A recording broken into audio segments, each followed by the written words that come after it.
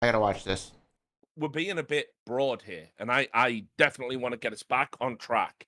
That is to slay the mighty dragon. That is Travis Gafford's Jesus.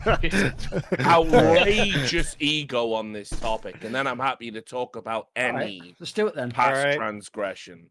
So, as I said, the reason that this entire thing is being debated is that Travis Gafford, a man who leveraged a good deed into a career with no journalistic credentials or background that I know of, you know, and went on to be essentially a corporate mouthpiece for years for this company, while doing it under the Right. guise of, hey, I'm an independent journalist, y'all. And then whenever anyone called him out, he said, I don't like to use the J word, actually, not when there's, you know, culpability for the things I do.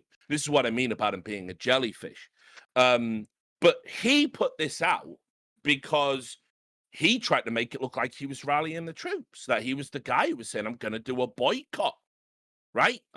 Like, it even says in his title, my coverage is changing because of this outrageous new policy by Riot Games. A policy, remember, people are really What's the glossing over this. policy? A policy he was happy to play along with when he thought he would get the best answers in the quickest time and still be able to scoop his opposition with Riot approval.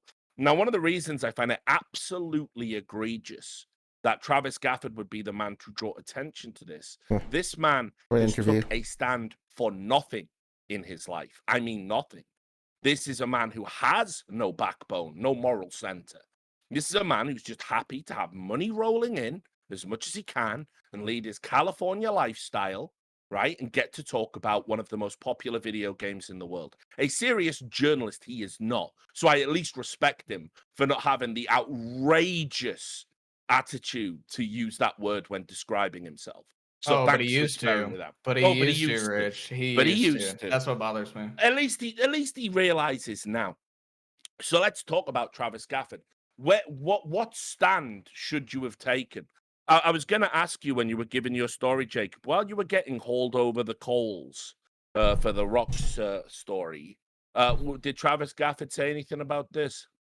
Of course he didn't. He Did actually he offer like any support for you No, privately? and actually in that event, what I remember kind of most distinctly about that Chicago event is that he was getting a ton of access and no one else was, and he was constantly like in the corner of the media tent. We were right outside the theater in this like giant white tent. It was a ton of Chinese press, English press, right? I think EGG was still in the quarters at that point, so a huge contingency from Asia, considering SKT, EDG, and Rocks were still in it. And he like it was almost like he was almost part of the Riot PR team in terms of the way he was interacting. Like those were his buddies, and those people, the people that were at that event, acting like that with him, they know that some of them still work at Riot, some of them do not. But none of them actually still work in Riot PR's department for the LCS and for esports, which is quite interesting now that there's some tension when all those people are gone. Right.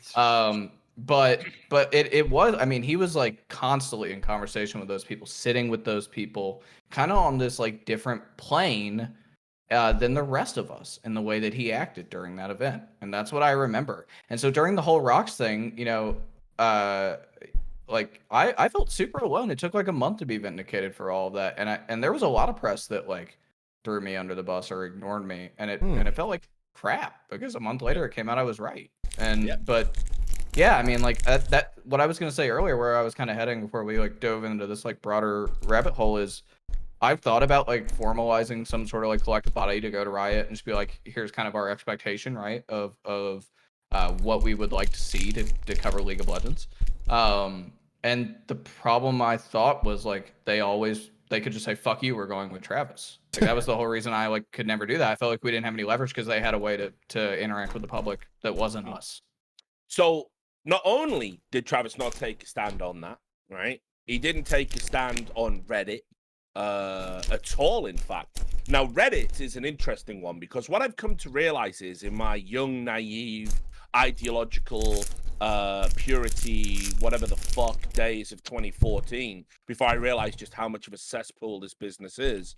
And actually, Reddit is like, I don't know, it's not even the fucking fleck of shit on top of the fucking pile of everything else. Like, it's actually not all that bad. In fact, it's par for the course now for a games developer to essentially control a subreddit. It's par for the course for companies like Epic Games to suppress people making genuine consumer complaints. I've always thought of this. So, you go to the league subreddit. All esports. Actually fucking annoying. On game days, it's just esports. And bro, like, I'll be honest, yeah, I guess you can be voted to the top. Like, whatever. But, like, let's go to the top this week. Let's do top. Yep, here it goes. I think their league subreddit should be plays like this. I'm not even going to see what's going to happen, but he's probably going to die to Gromp. Wait. Oh yeah, he's definitely going to die to Gromp, I think. But yeah, it should be plays like this, community based. And what the hell is this, anyways? There's no way he just. There's no way he dies, right? But this is like the most upvoted thing on subreddits. Oh my god. Like, this is what people want. And, you know, the new trailer, AshCon, and stuff like that. And then when it comes down to it, no one really cares about, like, esports. And, like, I'm so done with esports. I just don't give a fuck about any of that shit. I just want, like, cool clips. And I already know the mods on this subreddit are, like, they're just deleting. It's, oh, by the way, it's, like, it's 100% controlled by someone. Or, like, Riot's paying mods or something. You know what I mean? I already know. Because I do not give a fuck about Funplex and all this post-match discussion. I just don't. And the subreddit's been really boring. Like, I'm not checking this shit. I don't care. That's why I think, yeah, it's definitely controlled by companies or something. I don't know. It's controlled by someone. Mods suck ass. And I remember they used to remove posts that used to be plays like this, you know? Plays like this. They used to remove it. Now they reinstated it, but I hope they fucking do more because this subreddit sucks ass. It's been so boring. On Reddit, with there was allegations of bribery of Reddit moderators. Oh. Reddit is just like, what is the recent one? Hashinshin versus Voyboy, right? Let's look past week. Oops, Hashinshin. There's nothing about Voyboy versus Hashinshin. Like, they remove posts like this versus, like, there's no post about Hashinshin or Voyboy because it's not, you know, it's not related to League of Legends. You remember those posts? Don't do that anymore. That crap, they remove. And come on, like, that's related. Like, you're so stupid. I hate the mods in there. Like, it's not the community of Reddit. I just hate the mods and whoever controls it. They're fucking bad. An AstroTurf shithole. Nothing you see on Reddit is genuine. It's all manipulated. Yeah. Oh, by the way, it is literally manipulated by these companies too. Like, I get told, you know, so here's some facts for you guys. I have been told directly by companies that they employ bots to generate positive comments. Yeah, everyone. That they have hordes of people who will go in and like basically manipulate public opinion by posting on a variety of different accounts within threads or posting the content itself and upvoting it. Reddit is far from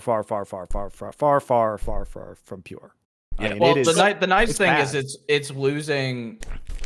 For the good esports websites, and again, most of this are like the successful ones, recurring successful ones. Reddit is losing a lot of its power. You know, when Rich and I worked at Daily Dot and worked for the esports section 6 years ago, 5 years ago, it was king. They like dominated our month of referral traffic. It's not anymore. Google is actually thankfully. Google, YouTube algorithm, God bless you.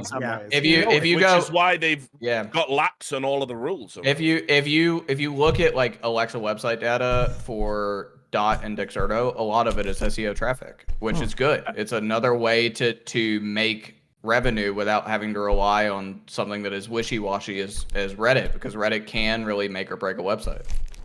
So yeah, and to give you yeah. guys an example, this channel that you're going to see this on YouTube, the Inside on Esports channel, used to get, if you were on the front page of Reddit towards the top, like you could get 50,000 views. Right now, even though many of the shows on this channel reach the front page of their respective subreddits, right now it's at 2% of the viewership. It's all organic or YouTube algorithm traffic right now. Yeah, like they don't like. There's no good, quote unquote, good content on the subreddit. Like, where's Dumbs' meme montage? You know, why didn't I see this video on lilyexe.eep? It's a good video. There he is. There's no good video. Like, it's supposed to be community driven. It's just esports. Look, LECX Logitech. Why should I give a fuck? Let's see. I mean, there's some like Giant Yumi, Samir Thrello, a bunch of stuff like that. But it's a bunch of esports. No one gives a shit about that. Which is good in many ways. Well, I mean, I had a big feature story, two big feature stories at the beginning of this year. One about Sky Williams and one about a guy named Joshua Mullins, this teenager who tried to scam people in esports for $42 million. One of these like holder stories of master forgery. And the Mullins story outperformed the Sky story. The Sky story was the top of the Smash Brothers Reddit, and the Mullins story had mostly Google referral traffic because it had TDK, Liquid, all of these like relevant teams that he tried to scam as a part of the story. Right, like that's because Google is a quite a powerful tool in a way that Reddit is not anymore. Thank God, because Reddit is way too wishy-washy. So I'm just gonna list all of Travis's many crimes of silence, and then I'll bring Duncan in because you've had the dubious pleasure of working with him. So he didn't take a stand over Reddit moderators demanding to know sources directly from journalists, which goes to like Josh Raven, Jacob, William Turton, who just up and left, myself. Whenever we were like, hey, Travis. I think my last video was the same thing. Yeah, whenever we were like, hey, hey, Travis, you're the big name. Yeah. You must have some opinion on this. Well, Reddit's a complicated business. Then when they banned his content or his content got deleted, he would go crying to anyone who would listen. Never took a stand for the collective, always took a stand for himself. Then when I got banned and unpersoned on Reddit in what is one of the most ridiculous things to ever happen, a complete fabrication tissue of lies orchestrated by seriously mentally ill people who, by virtue of having moderator status on a particularly large subreddit, thought they could get away with doing absolutely anything. And so didn't say anything about that. In fact, said, well, Richard, you are kind of an abrasive guy. He was happy to stand by and watch a journalist be censored. Also, conflict of interest. Not really something Travis Gafford seems to care too much about, is it? I mean, we all remember the fucking free hot tub holidays for Travi Gaff, Jesus right? Christ! Why after the Chris Badawi story, by the way, the first one, which I was talking about that the other day. It was like 7 claims by 7 teams in that, and 2 of them were right. Cloud9 and Liquid were truthful, and all the most others of them were lies. Shit. One of them, the Team Impulse one, was like, I just plain don't like the guy. I felt like I was playing Civilization 6 and being denounced like I just plain don't like Turn 20. Like Jesus Christ. Like, yep. So my favorite one was TSM lying. Yeah, go ahead. Yeah, didn't have a problem with any of that. Has never had a problem with Riot Games taking strong arm action against any of the journalists that we've talked about here. Certainly as well, and this is perhaps crucial to the bit that'll tee you up here, Duncan. This is a man who, by the way, has been happy to make agreements with Riot about what questions are broached to get the content that serves his needs. And I know this to be true because I would urge anyone to go and watch his blockbuster Frost Nixon style interview with Mark Merrill from December 18th, 2019.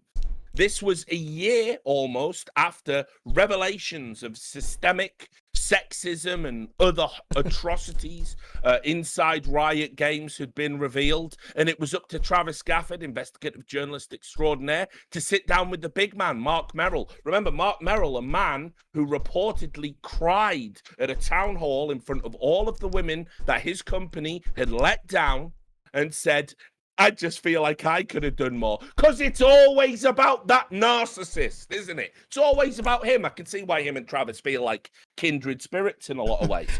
So he sat down with Mark Merrill and put the video out on December 18th, 2019.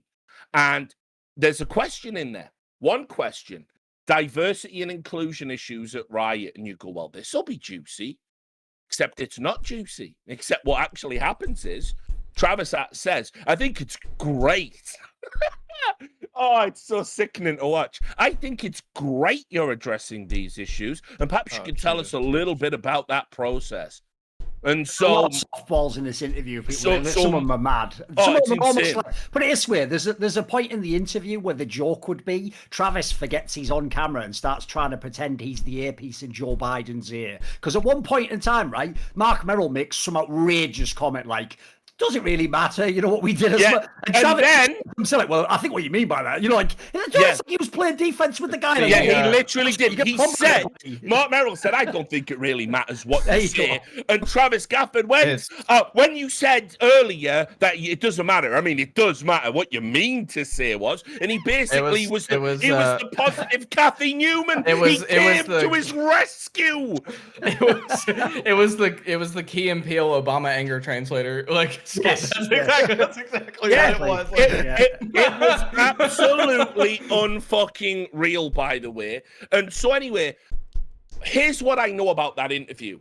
There are only two ways you sit down with Mark Merrill, and it's quite telling, by the way. I'm sure Travis had a nice, warm, fuzzy feeling every time Riot Games were in one of their many disasters and negative headlines. Who's the man they went to see? Travis Gafford. He thought that was a feather in his cap. It means you're a fucking shit, there's a hot girl outside. You stupid fucking cunt. And you should have been looking at in the mirror and asking yourself hard questions every time they wanted to sit down with you so you could disseminate their message. But you're too fucking greedy and too fucking short-sighted for that, which is why you're not sat here taking your licks like anyone else would.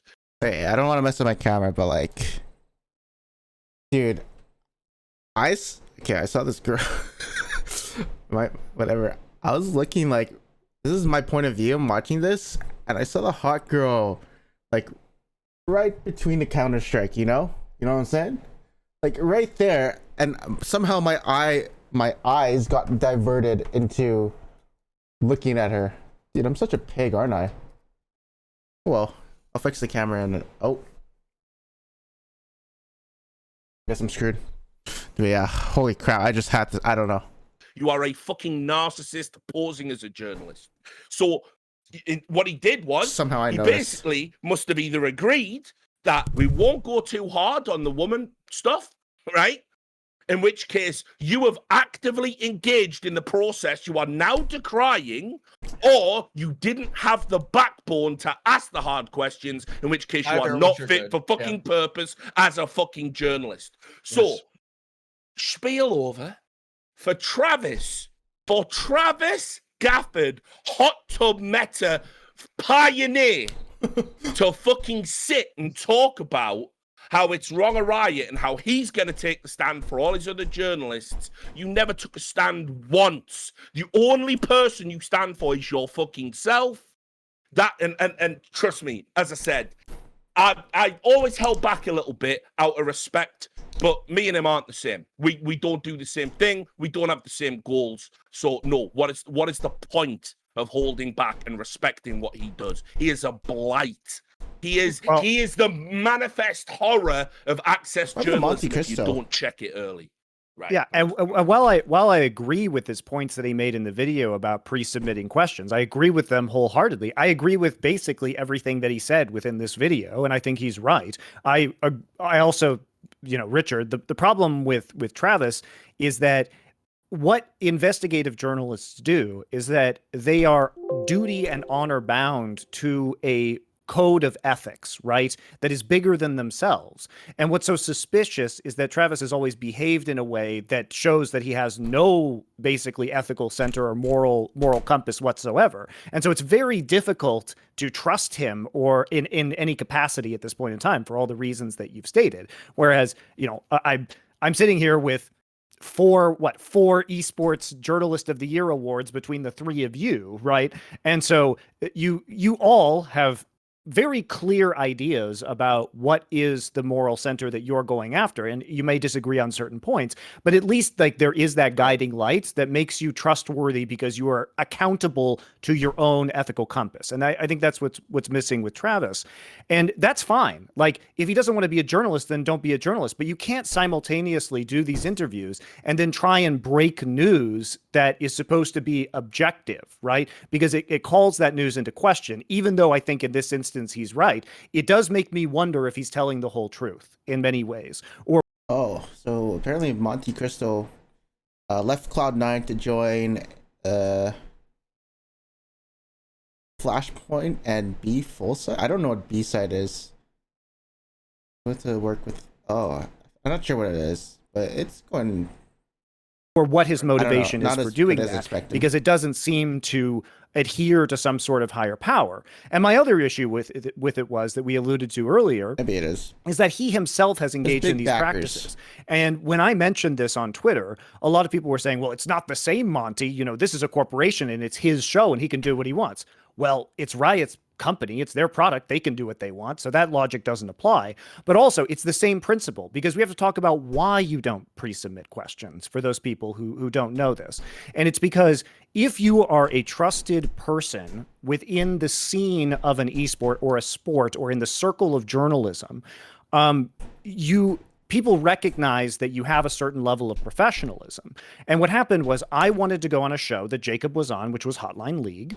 And I wanted to ask a Riot employee who no longer works at Riot some questions. And the Riot employee said I could come on the show. And Travis was engaging with me for an hour or more saying like, I need you to pre-submit your questions because he didn't want me to ask stuff on the air. And I kept telling him, look, if I say something that's stupid, I'm going to look stupid. Okay, this is my reputation, not yours. You're just going to be sitting there, man. Like the only thing you're going to get out of this is clicks for your content, right? But he didn't want to bite the hand that fed him, or have me bite it in that case, which by the way, I was not going to do because I didn't want to make a big deal out of this. I had some real questions about the LCS that I wanted to ask. He was afraid I was going to ask, dig into this guy. But honestly, show me one time in my entire career where I have done that directly to a person where we are on a mutual ground, where we're having a discussion. I'm not unreasonable to people. I'm professional in those environments. I understand. It's not like it's the same thing. Like as much as I've complained about Riot's actions, have I ever done it on a League of Legends broadcast? No, I haven't, because it's not the time for it, right? I'm a professional at the end of the day. I reserve that for my own content, for my own social media, and I leave the broadcast where it deserves to be, which is alone and free of that material. Nothing. It's fealty. I know.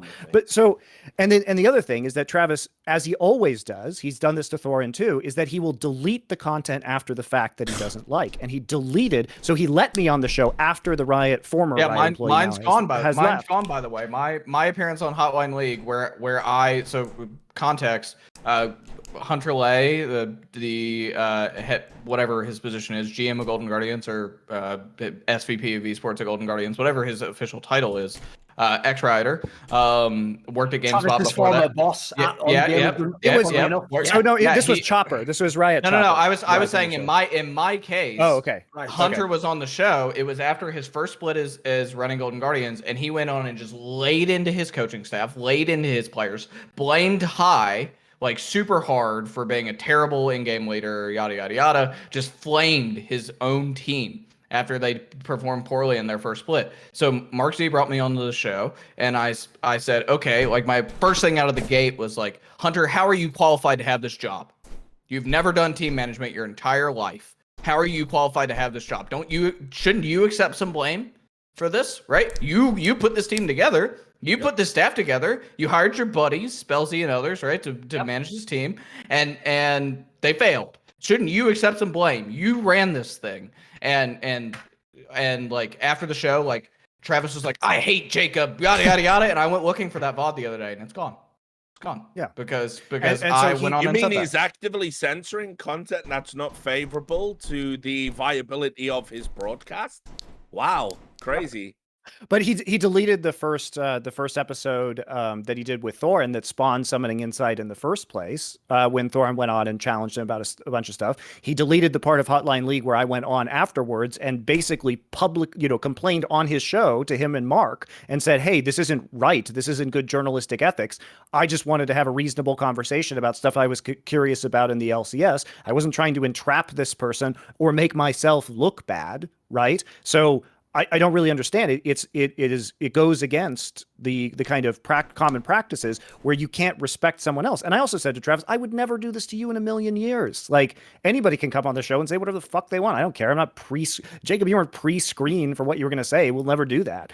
But no, and and by the way, me and Duncan are very notably at odds on some things. And look, and we're here being professional. We're having a conversation. It's fine. It's fine. You can disagree Although with he people. is worryingly quiet, Jacob. That's,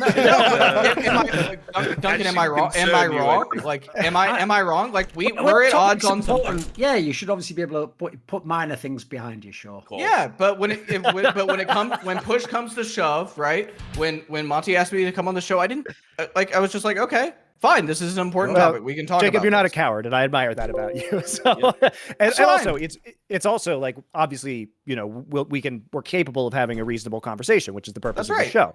So my point is like, and I don't care. Maybe Travis was like, oh shit, I shouldn't have done that, right? That was a shitty thing for me to do. I learned from this. Then all he has to do is say like, I did this previously. I'm sorry to Monty. I don't agree with this anymore. I learned from that experience, and then we just all move on with our lives. He was running the same shit with me. I wanted to get him on the podcast. He's actually incapable of saying he's wrong. He wanted a pre-meeting before the podcast.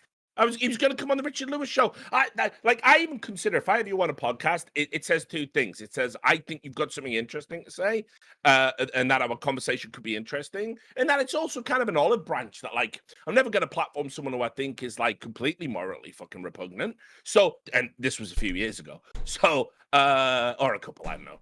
And so I was like, I wanted to get him on, and he just kept giving me the runaround and go, can we have a meeting? Can we talk about the show before the show? And I'm like, you can't be fucking serious that you're saying this now. Like, he is just image obsessed.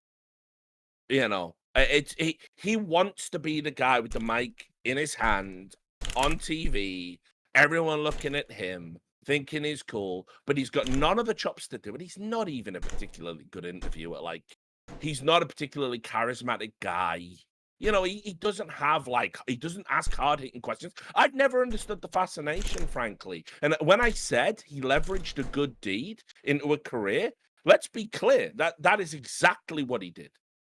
That is exactly what he did. It was a time when you could do stuff like that. And if the community liked you and you blew up on Reddit, you got away with it. I mean, fuck, man. Even D-Man leveraged fucking Reddit to get himself a job. It is very much first.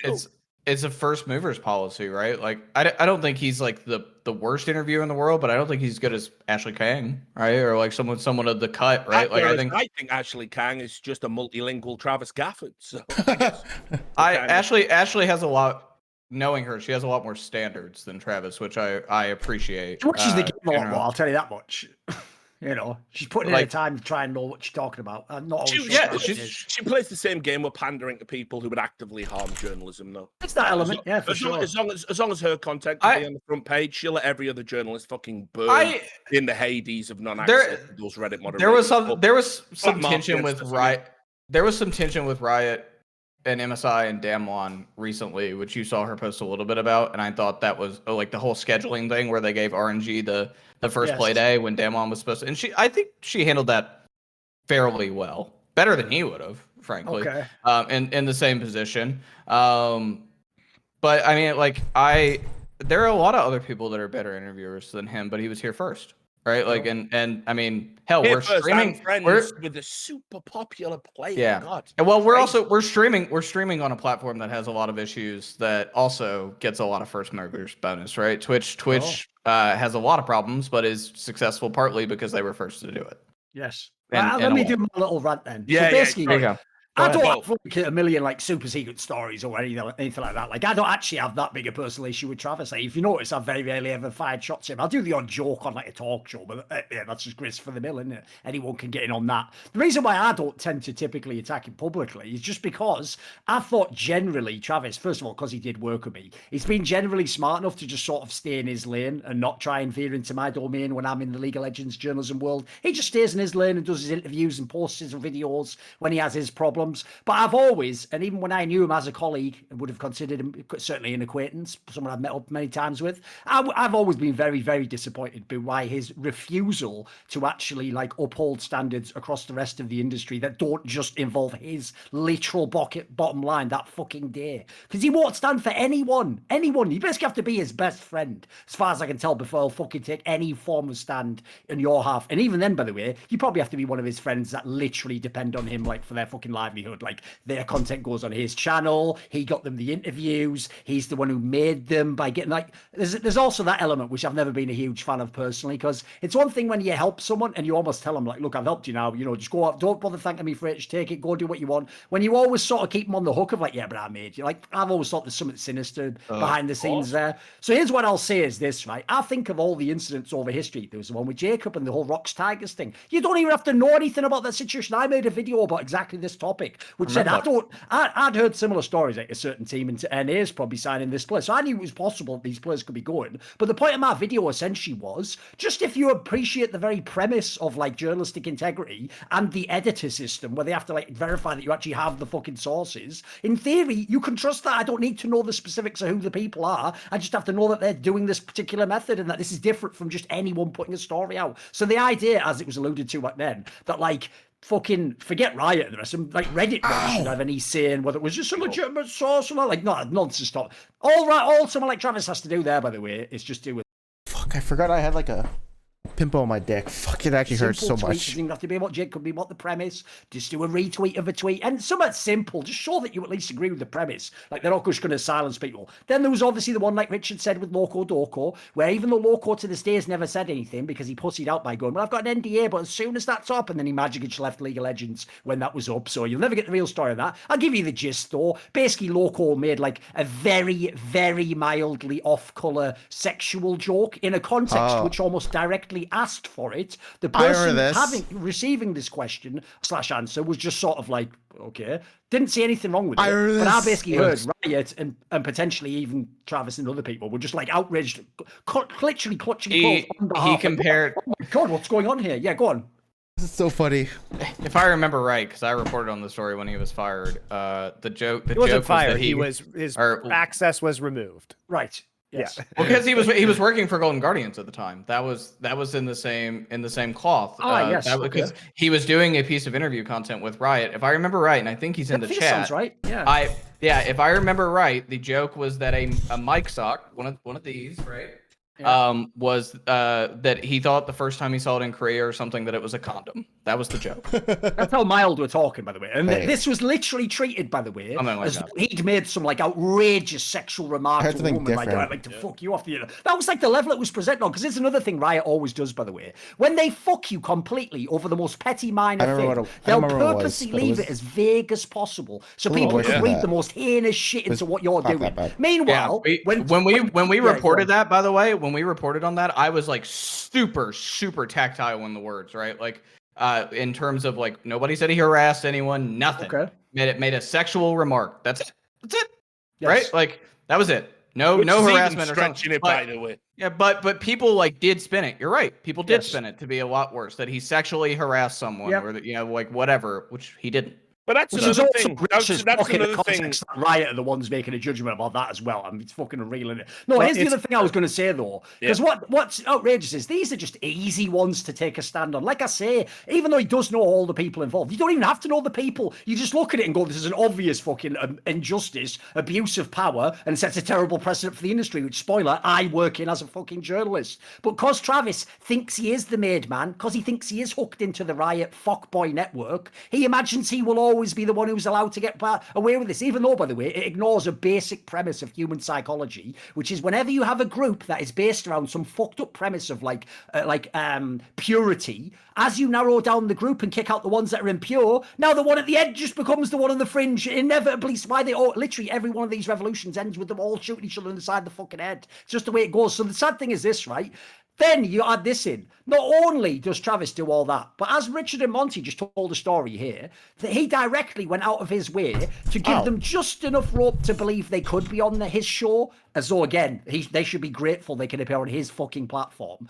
But then also treated them like they had to crawl through fucking an Andy Dufresne type shit tunnel for 2 miles to prove themselves worthy to be on his mighty podcast. Meanwhile, here's a detail for you, Richard. The Reddit mod, his name is Tom Shoe. I don't make the fucking names up. You put your name on the internet, dickhead. I assume that's a fucking alias. This guy, Tom Shoe, who's a top Reddit mod, who bragged about being the one who removed my video about Alfari and the whole Jat situation. But reason given, the real reason from Reddit mods was that it had basically allegations that hadn't been confirmed by confirmed sources. So essentially, they just want me to tell them who my sources are. Otherwise, I'm not allowed to have the video. By the way, whatever. If that's the way they want to do it, this same guy, are you ready for the ultimate punchline of all time, guys? He is apparently someone who regularly calls in to Hotline League and is allowed to appear.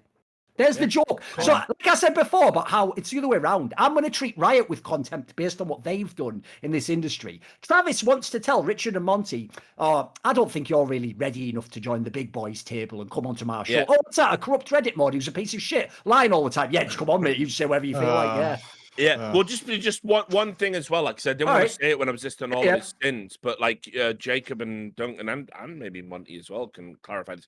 The way I remember the Loco Doco thing was that when Loco Doco was accused, and I didn't report on it because by that point I was like, you were out. Waste of time. But I remember hearing exactly that he just said, he thought it was a condom or something, and that was as far as it went. But then it was the person he'd said it in front of that was supposedly the one we were protecting was absolutely okay with it. She was not okay. She was not mad. Yeah. Yes. But Travis took it upon himself to drive the outrage internally. And I had a number of people tell me this. Oh, you'll never guess your old friend Travis is up to this. So again, put that in the context of what we're talking about here. Travis, why my approach to coverage is changing. This guy actively leveraged a nothing burger to eliminate a potential competitor. Fuck you. You don't get to talk about journalism, buddy. You don't get to talk about journalistic ethics. You have none. I had one more thing to say before I forget, which just goes like this. The other thing I really despise about his approach to journalism and this is he doesn't fucking do disclaimers. Here's the thing. The reason I'll always bang on about disclaimers is they're easy as fuck. So for example, does everyone like that tool called ProView in League of Legends where you can watch all the players moving and their clicks, right? I actually have some of the shares in that company. Now, has that ended the whole segment? Is everyone just tuned out? Is no one no, it's that one second just means I've got literally a complete disclaimer out there that you understand what my self-interest is in telling you that's a good program. Now, hopefully, you also would think I'm a legitimate individual and wouldn't just say that because of a financial interest. But by saying it, I also just get it out the way. You can account for my bias, right? Travis, his fucking Rolodex of friends is a who's who of corrupt, crony fucking nepotism in the esports industry. So he's best pals with Hunter Lay, the person that you just talked about earlier, Jacob, who was literally our stand-in boss while our real boss was doing fucking benders in the Mile High Club, snorting more than fucking people who were would be extradited from Colombia. This guy was just the stand-in boss. He then works for Golden Guardians. Now, when Travis is interviewing from Golden Guardians, does he ever bother mentioning stuff like, by the way, you were my boss in the past? No, why the fuck would he mention that? He wouldn't want you to know. No. They were roommates, Duncan. Even better. That's one. They lived together. And then they lived together. Think about how many times on his fucking content he's had Nick Allen, literal friend of his, rioter, CLG employee. Fuck, how many things has this cocksucker not been involved in? Again, when you do these interviews, you must literally stress at key moments when it's a question that would be related to this. Like, you, of course, did work for Riot previously. You have to do that. If you don't do it, you are literally a joke. You are like that fucking classic George Orwell quote, like, journalism is printing what other people don't want printed. Everything else is just public relations. You're just public relations, Travis. Also, Nick Hunter Allen was Lee- out there standing for Taylor Lorenz as well. By the way, sorry, Christopher, jump in. We'll just say So one just thing. one out on the record. I will give Nick Allen credit for one thing. He does have, and this is real, one of the funniest tweets of all time. He has a tweet that does say something. Yes. It's real. It's from 2011. It just says, like, I see Bitcoin's not even made it to $2 a pop. Glad I didn't get it on that shit. Yeah. It is really funny. That was fucking perfect. Just too good. So about Hunter Lee too, you have to remember that he used to work for Riot for League Ops, right? And Yes, so he that's did. the other problem is that the when Golden Guardians was formed and he went over, because I believe the sequence was he worked for On Gamers, right? Well, yeah, and then he worked for Riot. Yep. Yeah, and then he worked for And then Golden Guardians. So he went directly, I believe, from Riot to Golden Guardians, which is like it's like when And they recommended him for that job by that way. Yeah, And the big reason he got that job, as I understand, is he already lived in the Bay Area. So he left Riot. There was a period of a couple months where he left Riot to move to the Bay Area to be with his family. Right? They're based in the Bay Area. They recommended him for the job. When the Warriors got in, he got the job. That's the sequence of events. Oh. And what's so interesting about this is it's like, you know, when a government official goes and like joins a lobbyist organization right afterwards or joins a private company that is then, you know, discussing with the government and has all the connections over there. Also, suspiciously, Hunter Lee was the one who fired Loco Doco. Oh. You know? That's right. That's right. So they recommend him for this position. And anyway, it just gets all so incestuous, but this stuff is just never, it's never reported on for some reason. Yeah. It's the guy who's the main fucking reporter in the game is involved directly in all this shit. They're his mates. He's literally turning Monty and going, shall I just drop dime on all your... Nah, fuck it. Let's just go with double lifting this karaoke now. Fuck, and then, like, literally, by the way, when he did those interviews we referred to earlier, where he was in Hawaii, I believe it was Hawaii, right? With Team Liquid and a bunch of other people. He's doing interviews with them. Literally, every one of those interviews, my dude, has to start with, and I was flown here by Team Liquid. Thanks to them for that. You know, this is essentially like an unofficial sponsored segment. Yes. No, of course not. Let's just do interviews with people about their teams, you know, how competent they are at their jobs, what players they've signed, while they're in. You're basically literally being. And by the way, think about any other field in the world. People go crazy when like a politician gets like a donation to his charity, when a fucking a doctor gets one of those gift baskets with the fucking $250 champagne and the caviar. This guy's doing shit like that on an esports interview level. He's not even in some massive fucking field. He's literally selling out for fuck all just to get a hot. He was doing a hot tub 5 years ahead of everyone else. This cunt. What maybe bothers me most about that specific moment, by the way, is when like Richard and Sam Lingle and I like called that shit out 6 years ago. It was I was the +1 of someone else who was on this trip. They did not invite me directly. That doesn't make it any better. No, it doesn't make it any better. I was simply brought to wallow in the opulence. I know. Are you not able to just say no? Right? Like you can't even make this shit up, man. This was ESPN's rule, and I've just lived by it the rest of my career since working there. ESPN's rule was anything more than $75 as a gift, you have to say no to. So like, somebody can buy me lunch, that's fine. But if they buy me a fucking computer, I have to send it back, or I have to donate it to charity. I got a box from Riot once full of just like all this shit, bunch of hardware and everything, and I took it to the Disney charity office on the ESPN campus and handed them all of it. It was like, please get rid of this, send it to charity. And it all went to charity.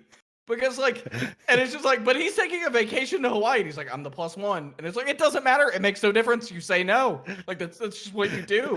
That's why the Timo hats meme was so good.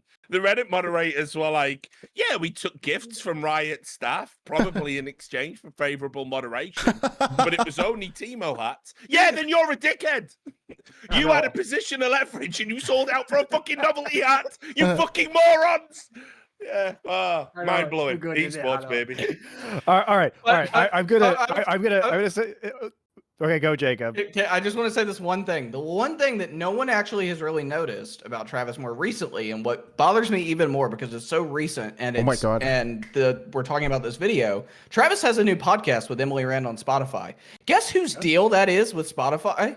Guess who puts that? Yeah, Riot. Riot has a multi-year deal with Spotify for exclusive content. You mean Travis is a co-host of this? You mean Travis has a direct business interest for Riot, Jacob? I can't believe that. Basically, no here's the way. analogy. Richard, the analogy is this. Travis doesn't have a problem with the fact that to essentially work on Riot-sponsored events, you must be part of a human centipede. He just disagrees what order he should be within it. Yeah, absolutely. Absolutely. You know, I think The Human Centipede is the hottest movie ever made. What the fuck? Okay, yeah, so okay, yeah, let's this not is the bang on last Travis call. anymore. I'm ringing the bell. This is the last call for more on Travis. Anyone have anything else in their system? Because if not, I do want to move on to some more of the press policies. Yeah, I just think, as I said, I think there is, as much as we want to talk about Riot and their fucked up policies, there's something more fucked up that's gone on, and that is that we elevate people under the guise of journalism in esports generally because it's a young industry full of kids who don't know better. And while I do despise a lot of esports communities because of the naivety, stupidity, hive mind nature of them, the one thing I'll give the League of Legends community credit for is, since the game came out in 2009, 2010, they didn't even know what an opinion piece was. They didn't know what reportage was. Yeah. They thought roster moves were like some huge secret taboo and definitely weren't official until it was confirmed by the org. And then you look at where we're at now, where it's actually a huge, exciting part of the off season. And, you know, I'll say that it's been great to watch them get it. It's matured. It's matured. Yes, even sure. like I was talking to you guys before we went on air about the Rainbow Six thing with the Invictus Gaming coach gig last week and how we were being flamed for reporting that someone was arrested. True, by the way. I felt like I was living League of Legends 3.5, 4 years ago. Yes. When I was just like getting absolutely berated for, I remember being told how inappropriate I was for reporting on Doublelift's brother murdering his mother and attacking his father, when I had police reports for all of it from the Orange County Police Department. And I waited for 3 hours for Doublelift to make a statement. I was very respectful to Doublelift in that entire situation, which is what bothered me even more. Right? Like it, that's what bothered me even more. But the league community is matured. That would be seen as normal and a normal part of journalism now because it is. And that's what's like, the league community has grown up a lot. But to the point I'm making, unfortunately, there's no sort of taking it back when you elevate people that aren't. Look, if Travis was honest with himself, Travis would tell you, I only care about me. I will never starve a single day to tell the truth. And I don't think there's necessarily anything wrong with saying I want to stave off starvation and all that. But unfortunately, you're doing it under the guise of a business, it's a code. You tell the truth, and no matter what it costs you, and you must be willing to go to the extremes, which is why people like me and Duncan, we seem like extreme characters, yes, because we've been on those fringes. What a lot of the youngsters don't understand is esports was unbelievably cutthroat. It's soft now, it's pussy shit now, but it was unbelievably cutthroat when we were coming up. That one negative story as a journalist, people threatened to cast you out, and that meant all your money went away, your rent went away. You literally could be on the streets, destitute, or, you know, worse, have to go and get a real job.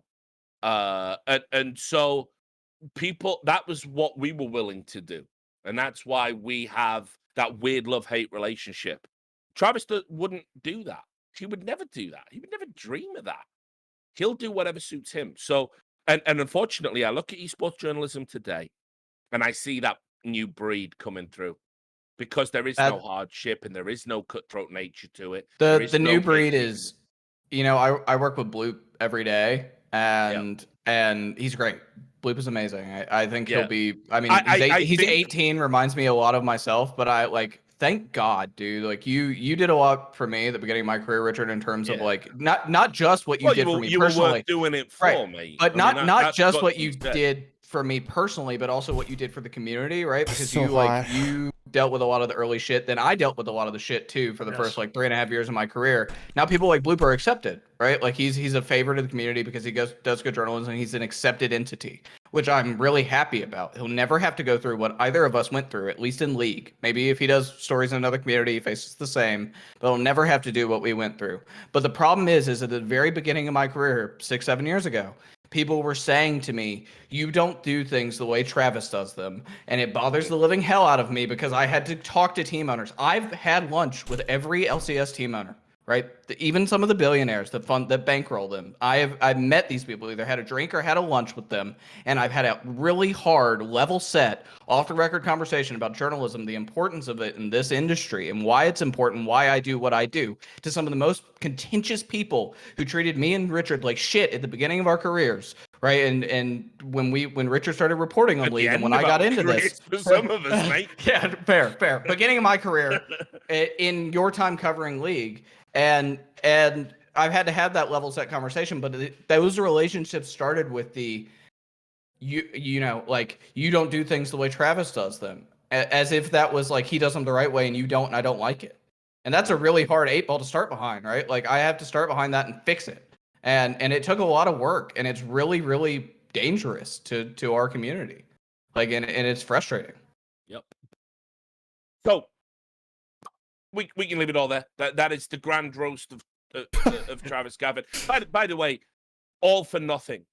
He will still enjoy the same status he enjoys. I just hope if it just makes one or two people see through the outrageous level of hypocrisy this guy engages in on a daily basis, and how he is actually not an arbiter of all things good about journalism, but actually one of the things good journalists have to work against. Fine. My job is done. It won't be my problem. But yeah, please stop creating these fucking monsters. There's no Dargox, the new Immortals jungler. What is this? What we should do afterwards. Like, there's no talking about what we should do afterwards. There's no talking about how we're gonna win mid game. There's no talking about how we're gonna team fight. Like, you're just jungling. Yeah, that's my job. I'm a jungler. Alright, that was a good video. I was wondering what this video was about. Oh. I want chaos. I want to see chaos in the scene. I really want to see chaos. Please give it to me.